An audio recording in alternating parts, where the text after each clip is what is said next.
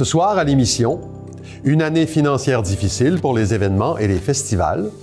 Dans la social-démocratie qu'on vit, on essaie d'aider ceux qui en ont le plus besoin, puis ceux qui en ont moins besoin, on les laisse aller. Lorraine accueille un village d'Halloween bien spécial. À Lorraine, on est une ville qui est axée sur la famille beaucoup. Et la Bibliothèque de Sainte-Thérèse lance un nouveau service, la Bibliomobile. Les personnes aînées, les résidents sont enchantées qu'on offre enfin ce service-là. En entrevue, je reçois le député bloquiste Luc Désilet qui nous parle sécurité de vieillesse et motion de censure. Le projet de loi pour les aînés, tout le monde a voté pour.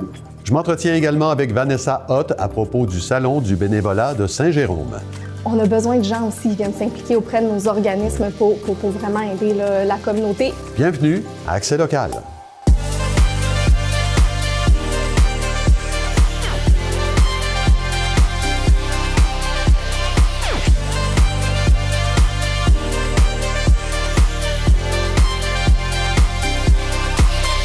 Mercredi 9 octobre 2024, bon début de soirée, c'est Claude Desjardins en compagnie de Clara Maté-Jeannet. Bonsoir Clara. Bonsoir Claude.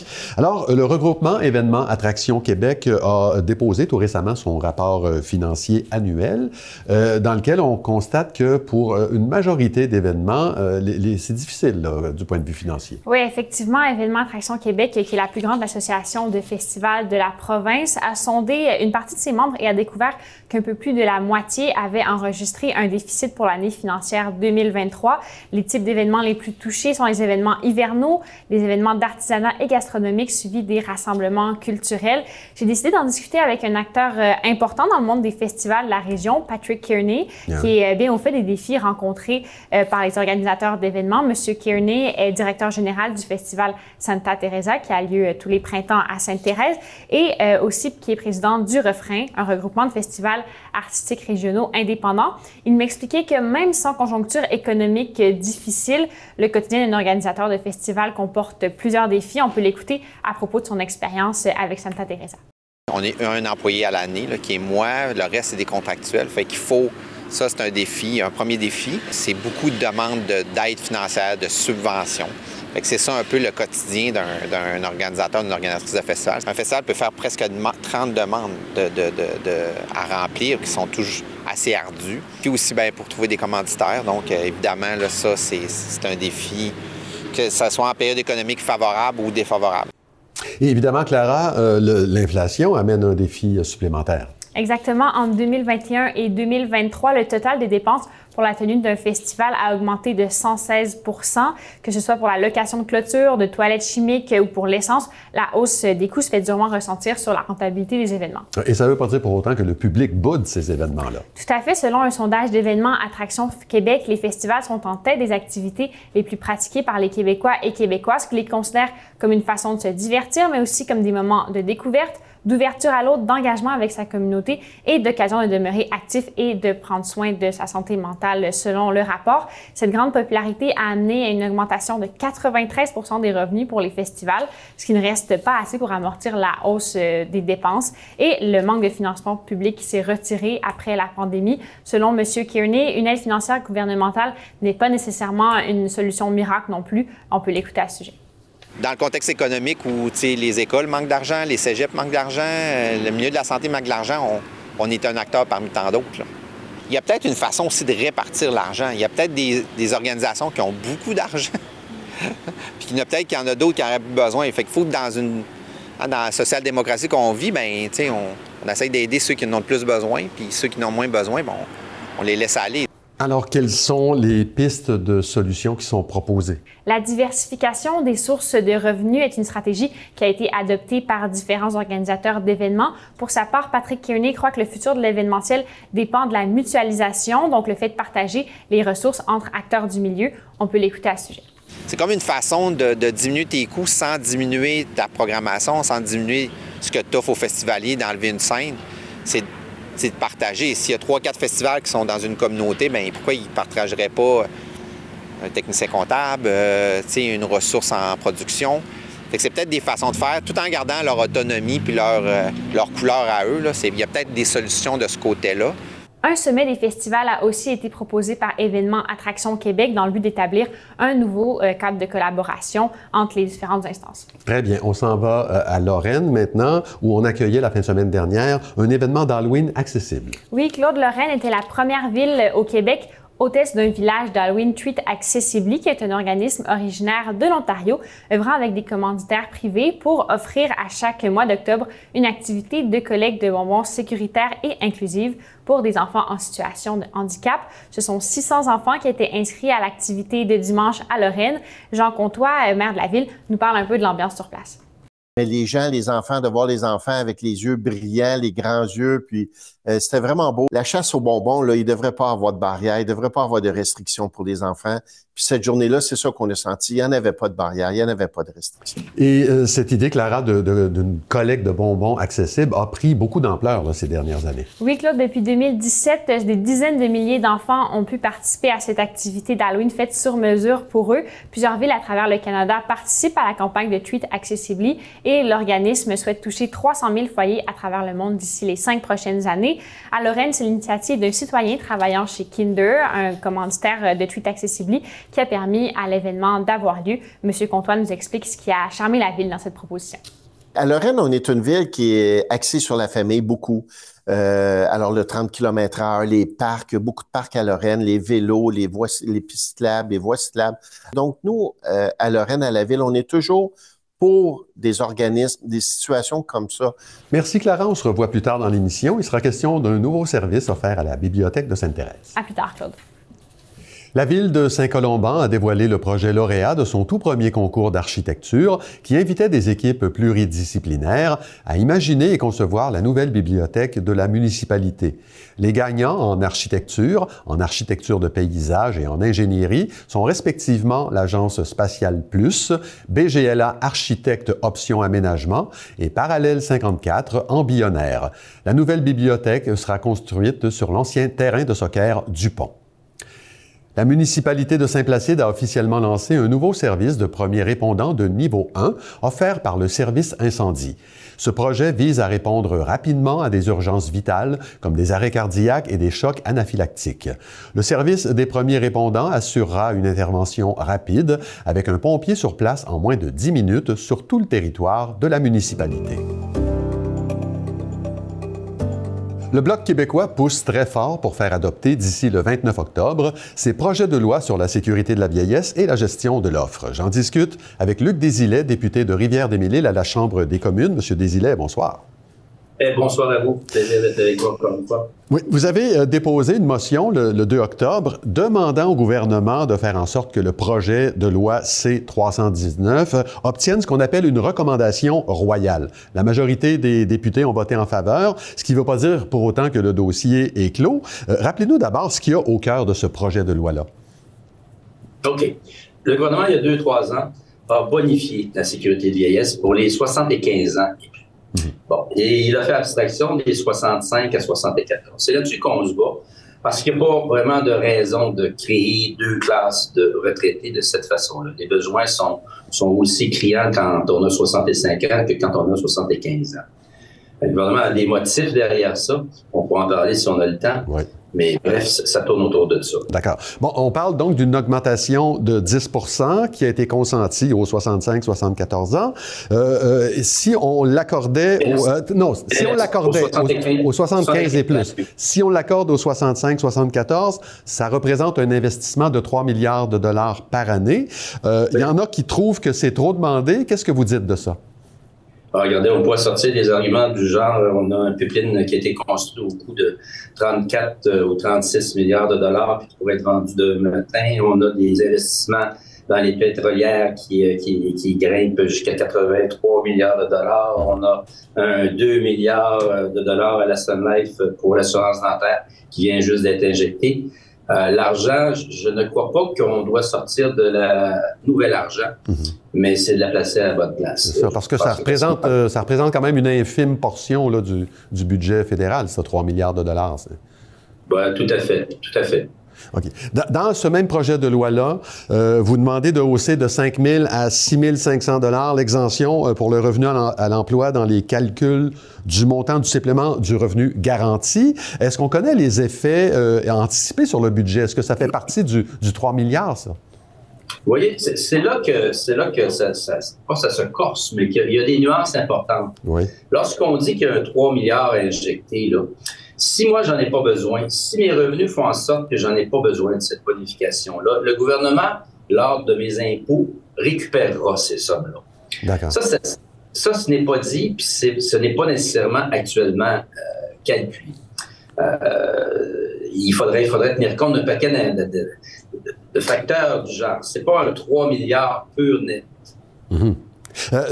Autre objet de mésentente avec le gouvernement, ça touche le projet de loi C-282 qui vise à protéger la gestion de l'offre. C'est un projet de loi, ça, qui est à l'étude depuis 1 an au Sénat. Est-ce que c'est normal comme délai? Sinon, qu'est-ce qui bloque? Non, c'est pas normal. C'est 2 sénateurs qui bloquent au Sénat, qui ne veulent absolument rien savoir de ça et qui s'efforcent par tous les moyens de retarder et de le faire mourir. Ce projet de loi-là, c'est pour les Québécois et les Canadiens aussi. Vous savez, même la sécurité de vieillesse, on parle des Québécois, là, c'est 1 million, mais on parle de Canadiens aussi. Là. C'est pas juste pour les Québécois qu'on défend ça. Alors, l'offre, c'est de sortir à l'intérieur des ententes commerciales des éléments comme les œufs, comme la volaille. Bon, ça ferait en sorte que ça protégerait les Canadiens, mais dans ce cas-là, particulièrement les Québécois, parce que le lait, on le produit, je pense, au Québec à 70 %. Mm-hmm. Alors, ça permettrait de l'exclure. En l'excluant, on aurait une prévisibilité au niveau des agriculteurs. D'accord. Dans les 2 cas, vous donnez au gouvernement jusqu'au 29 octobre pour adopter ces 2 projets de loi-là. Faute de quoi, vous entreprendrez des discussions avec les autres partis pour faire tomber le gouvernement. Qui pourrait voter avec vous sur une motion de défiance? Bien, regardez, si on était, ou si les parlementaires étaient cohérents, le projet de loi pour les aînés, tout le monde a voté pour. Tout le monde a voté pour. Il y a même eu 5, si je ne me trompe pas, députés libéraux qui ont voté pour. Mm-hmm. Là où ça a bloqué, c'est au niveau du cabinet ministériel et c'est ce qui fait qu'on ne peut pas aller chercher la sanction morale. Donc, tout le monde est favorable. D'accord. Qui pourrait nous aider à faire tomber, si les gens étaient logiques et cohérents, si on arrivait avec un élément du genre à présenter au Parlement et que la défiance se trouvait à ce niveau-là, mais ça devrait être relativement facile. Mais c'est clair que ça ne sera pas facile. Là. L'autre possibilité, ça serait que le premier ministre demande à la gouverneure générale de proroger les travaux de la Chambre. Est-ce que c'est dans l'air, ça? Ah, c'est tout à fait dans l'air. Ce serait une façon élégante au gouvernement de dire, on repart à zéro dans 2, 3, 4, 5 mois. Puis peut-être au gouvernement de se refaire beauté, aller chercher un peu d'énergie, remettre quelqu'un au niveau du ministère des Finances, autre. C'est quelque chose qui est tout à fait dans l'air. Parfait. Monsieur Desilets, c'est tout le temps qu'on a. Okay. Il faut s'arrêter là. Merci beaucoup. On va se reparler sûrement d'ici la fin de l'automne. Merci. 16 écoliers de Blainville et Rosemère ont pris part à l'activité Pompiers d'un jour le mercredi 2 octobre dans le cadre d'un concours destiné aux élèves de 3e année des écoles primaires de ces 2 municipalités. Les jeunes ont pu revêtir l'uniforme, découvrir des activités éducatives, visiter des camions d'intervention et découvrir divers équipements spécialisés dans les installations du service de la sécurité incendie de Blainville. Ils ont même eu l'occasion de manipuler un extincteur afin d'éteindre un véritable feu de palette. La 30e édition du Club des aventuriers du livre s'est conclue il y a quelques jours avec la remise du prix du livre préféré des aventuriers. Le lauréat 2024 du concours est Nuchimit, un bain de forêt. Les créatrices du livre lauréat, l'autrice Mélissa Molène-Dupuis et l'illustratrice Élise Gravel, ont reçu une bourse de 1 500 $ offerte par la librairie Sainte-Thérèse. Près de 5 000 jeunes de 6 à 12 ans, abonnés à l'une des 24 bibliothèques publiques des Laurentides et de la Naudière, ont participé à ce populaire club de lecture estivale. Moi, je suis au club depuis presque 1 an et demi. Et même quand j'étais pas au club, le club avait toujours une histoire, une très, très grande histoire. Ça a été bâti depuis des années avec les personnes qui étaient là avant moi et les personnes avant moi. Il y a un grand sens d'appartenance ici à Blainville. Et le club, culturellement, il est très, très avancé. Comme vous dites, c'est vraiment une référence dans le soccer québécois. Et même à travers le pays, pour les clubs amateurs, le club a été fondateur de la Ligue 1, donc la PLSQ anciennement. Puis on a qualifié pour 3 ou 4 championnats canadiens. Les filles ont même gagné le championnat canadien à un certain point. Donc, c'est ces grands moments-là qui nous ont vraiment mis dans l'histoire du soccer québécois et du soccer canadien aussi. Les prochains objectifs, c'est de trouver une manière d'essayer de grandir un petit peu. Aussi, en termes d'infrastructure, c'est important parce que dans les dernières années, dans les dernières 10 années, je pense que Blainville, la ville, a grandi à peu près 17% de population. Donc, ça, c'est immense. Maintenant, il faut des infrastructures pour être capable d'accommoder toute cette demande-là. Le soccer devient le sport numéro 1 ici dans la ville, si ce n'était pas avant.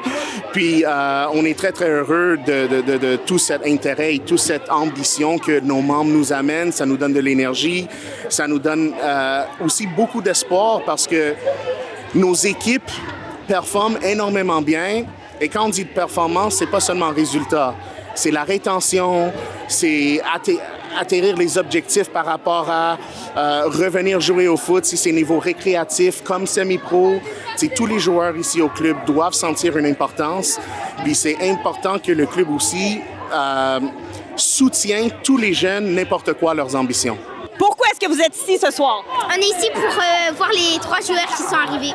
I think this is what it's all about. I think that this was once us and we just want to inspire the youth. So it's really exciting to do things like this. And yeah, we're really excited to be here and we chose a great place. I'm very happy to be here. I think it's good for the players to get out and in the community. And we haven't been in Montreal for a long time. And I think it's great for the kids. And they're very excited to see us. We have a big country and we can find so many players in so many different areas of the country just to inspire them and for them to see us and maybe one day they can be in our position. Je pense déjà il y a un grand enthousiasme autour de l'équipe canadienne parce que pour la première fois dans les dernières années, 3-4 années, finalement on est capable d'être excité de notre équipe nationale qui amène des résultats, que le pays est capable de développer des joueurs et des joueuses parce que même l'équipe féminine a des excellents résultats au niveau national. Donc, il y a beaucoup d'engouement d'être capable de venir et rencontrer des joueurs. Yeah, I think I had a really good season this year. I scored quite a bit. I'm really proud of winning the league this year and I hope for many more titles in my career. For the national team to keep doing what we're doing and keep improving each game and getting better and keep making history. I want to keep playing at the highest levels I can play. I want to keep inspiring the youth and just, getting better each day. I think the goal of every professional player should be to be better than you were yesterday and just kind of fighting against yourself. So, yeah. On a été un des clubs qui a été sélectionné à travers la fédération pour être capable d'accueillir cet événement-là. Puis c'est tellement un privilège d'être capable d'accueillir les gars de l'équipe ici ce soir. Puis en espérant que quand les filles font un tour dans la ville, qu'on serait encore demandé pour accueillir parce que c'est important d'inspirer tout le monde. At this age, it's all about enjoying. You have to enjoy it. If you don't enjoy it, then you won't continue. So I would just tell them to enjoy, have fun, work hard, and it'll get serious later, but enjoy now. Just keep working hard and never give up. Just keep working hard every day and train, and you never know what can happen. Pour mettre quelque chose comme ça en place, premièrement, les bénévoles du club et notre staff, dans chaque événement que le club a, le staff est présent, prêt à donner leur temps pour être capable de voir nos jeunes avoir la meilleure expérience possible. Donc, ça commence avec notre staff qui est là, sans faute à chaque rendez-vous. Et la ville en parallèle qui nous donne toutes les infrastructures, tout le placement de terrain que vous voyez ici aujourd'hui, la scène, pour être capable de mettre ça en place et aussi en court délai. Donc, merci la ville et merci à nos bénévoles. Le Centre d'action bénévole de Saint-Jérôme annonce la tenue de son Salon du bénévolat qui se tiendra le jeudi 17 octobre de 10h à 16h au quartier 50+. Pour en parler, j'ai le plaisir d'accueillir Vanessa Hott, qui est coordonnatrice à l'action bénévole au sein de l'organisme Jérômien. Madame Hott, bonsoir. Bonsoir. Dans un premier temps, dites-nous, quel est le grand objectif de cet événement-là et à qui ça s'adresse? Bien, l'objectif principal du Salon du bénévolat, c'était vraiment d'aider les organismes communautaires de la région à recruter des bénévoles dans un contexte actuel où le contexte socio-économique est difficile. Les organismes communautaires sont hautement sollicités, ont besoin de bénévoles pour les aider, en fait, à répondre aux grands besoins des citoyens. Et recruter des bénévoles, ben, c'est pas chose si simple. Il y a des plateformes qui existent web comme jebénévole.ca qui est super efficace, mais ça ratisse pas toute la population. Donc, d'organiser un salon dans lequel les organismes vont pouvoir venir parler de leur mission, d'inspirer des gens à venir s'impliquer à titre de bénévole et parler à plein de gens qui ont envie de s'impliquer, bien, je pense que ça fait tout son sens, là, présentement. Oui, parce qu'il y a des gens, si j'ai bien compris ce que j'ai lu, qui auraient ça dans le sang, le bénévolat, mais qui seraient plus ou moins attirés par des formes de bénévolat plus traditionnelles. Et là, vous avez plein de choses à leur offrir. Bien, c'est ça. En fait, tu sais, la plupart des gens, là, on dirait même que 80% des gens font du bénévolat au cours de leur vie. Mais il y a du bénévolat encadré qui est à l'intérieur d'un organisme communautaire ou d'une association, une organisation. Et il y a du bénévolat aussi qu'on fait sans s'en rendre compte souvent autour de nous, auprès de notre famille, de nos amis. Il y a des gens qui sont plus à l'aise à aller plus de ce côté-là. Mais c'est certain que présentement, dans le contexte, on a besoin de gens aussi qui viennent s'impliquer auprès de nos organismes pour vraiment aider la communauté et d'avoir un engagement citoyen. Donc vraiment que les gens participent à créer une société vraiment plus solidaire, plus forte. Vous appelez ça très joliment d'ailleurs la gratuité du geste. Oui, absolument. On parle donc de la présence d'une trentaine d'organismes qui auront une centaine de propositions à faire. Qu'est-ce que ces chiffres-là nous disent sur les besoins des organismes? Jusqu'à quel point c'est difficile de trouver des bénévoles? Bien, je pense que, comme je disais, présentement, les organismes communautaires doivent pallier un besoin grandissant de la communauté, de la société. Et répondre à ces besoins-là, bien, ça prend des bénévoles, ça prend des bras. Il y a une pénurie de main-d'œuvre.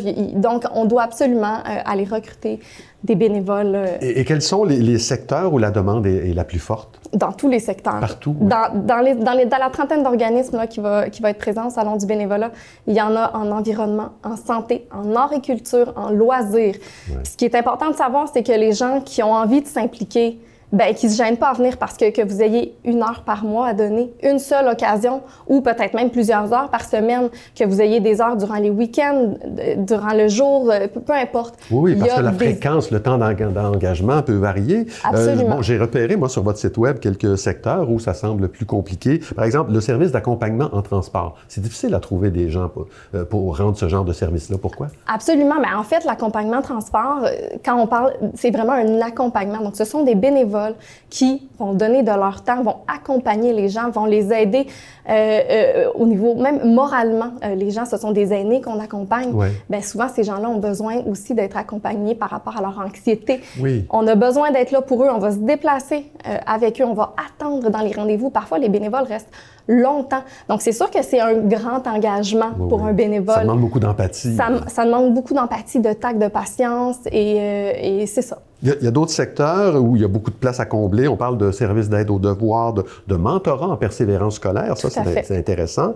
Une activité aussi qui s'appelle Lire et faire lire. Ça s'adresse à des enfants de 4 à 8 ans. Ça, ce sont des secteurs auxquels on ne penserait pas nécessairement. Tout à fait, tout à fait. Donc, il y a une panoplie, là, vraiment.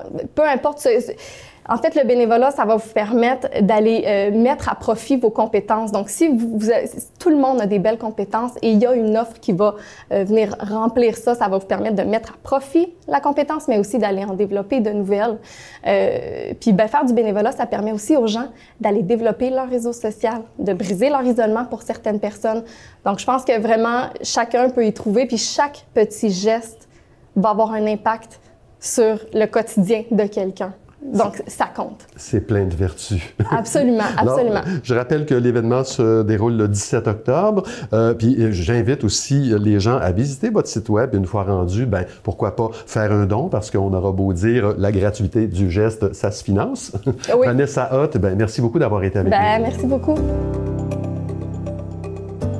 On est de retour avec Clara Matéjonet. Clara, la Bibliothèque de Sainte-Thérèse offre un nouveau service. Vous allez nous faire découvrir ça. Oui, si vous êtes promené dans les rues de la ville dans les derniers jours ou si vous êtes allé à la bibliothèque, vous avez peut-être croisé la toute nouvelle Bibliomobile, donc une camionnette remplie de livres dont la mission est d'aller rejoindre des enfants, des aînés et des personnes à mobilité réduite pour que l'accès à la bibliothèque soit plus facile. Je vous propose de découvrir cette nouveauté dans le reportage de ce soir.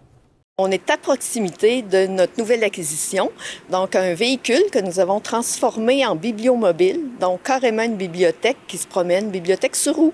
On a un projet de tente de lecture, Ma Tente à lire, qui se promène dans la ville de Sainte-Thérèse depuis 2001 environ. Et avec ce projet-là, on a réalisé qu'il y avait un engouement qui s'accentuait pour le goût de la lecture, le goût de la découverte des livres. Chez les jeunes enfants, oui, c'était notre projet de départ, mais dans les résidences pour aînés aussi. Dans le sens, nos animateurs allaient dans les résidences pour aînés pour offrir une panoplie de livres, pour faire du bouquinage, mais on avait des demandes pour emprunter des livres, pour avoir une sélection, donc faire un prêt massif dans les résidences. Et on a réfléchi à de quelle façon on pourrait déployer ce nouveau service-là. Puis l'idée d'une bibliomobile qui existe dans quelques villes au Québec a surgi, tout simplement. Ça fait 23 ans que je travaille dans le domaine des bibliothèques et plus. On est vendu à l'idée de la découverte des livres, de l'importance dès le plus jeune âge de la découverte des livres pour les enfants, pour son développement. Bien, il y a des secteurs de Sainte-Thérèse, on voit qu'ils ne s'abonnent pas à la bibliothèque. Donc, il faut vraiment aller, ce qu'on appelle faire de la médiation. Donc, nous, bibliothèque, nous partons en véhicule et nous allons vers pour faire découvrir autant aux jeunes qu'aux aînés, aux adultes, aux familles, là, à tous les citoyens de Sainte-Thérèse, l'importance de la lecture. Aussi, on veut déployer le véhicule durant l'été, comme on le faisait avec la tente de lecture, pour contrer ce qu'on appelle la glissade de l'été, c'est-à-dire que durant l'été, durant les mois où les jeunes ne sont pas à l'école, il y a une perte des acquis. Ça, c'est prouvé scientifiquement. Donc, l'idée pour le jeune de lui faire côtoyer des livres durant tout l'été et des activités de médiation, des activités ludiques, nous, on voit que ça a un effet lorsque le jeune revient à l'école en septembre. Les personnes aînées des résidences sont enchantées qu'on offre enfin ce service-là. La rétroaction, mais aussi la surprise que nous avons eue lors de son inauguration à la fête familiale, c'est qu'avec la bibliomobile, on peut inscrire des citoyens pour leur émettre des cartes citoyens.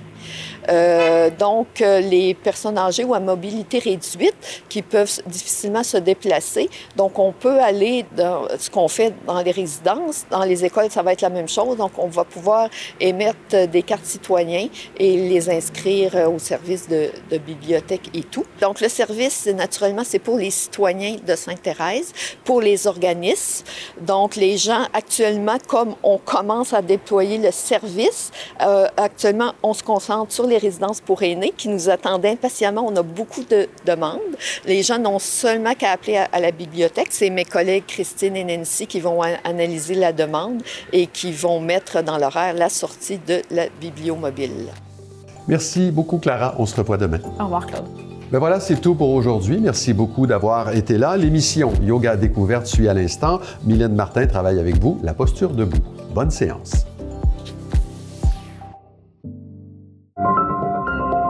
Thank you.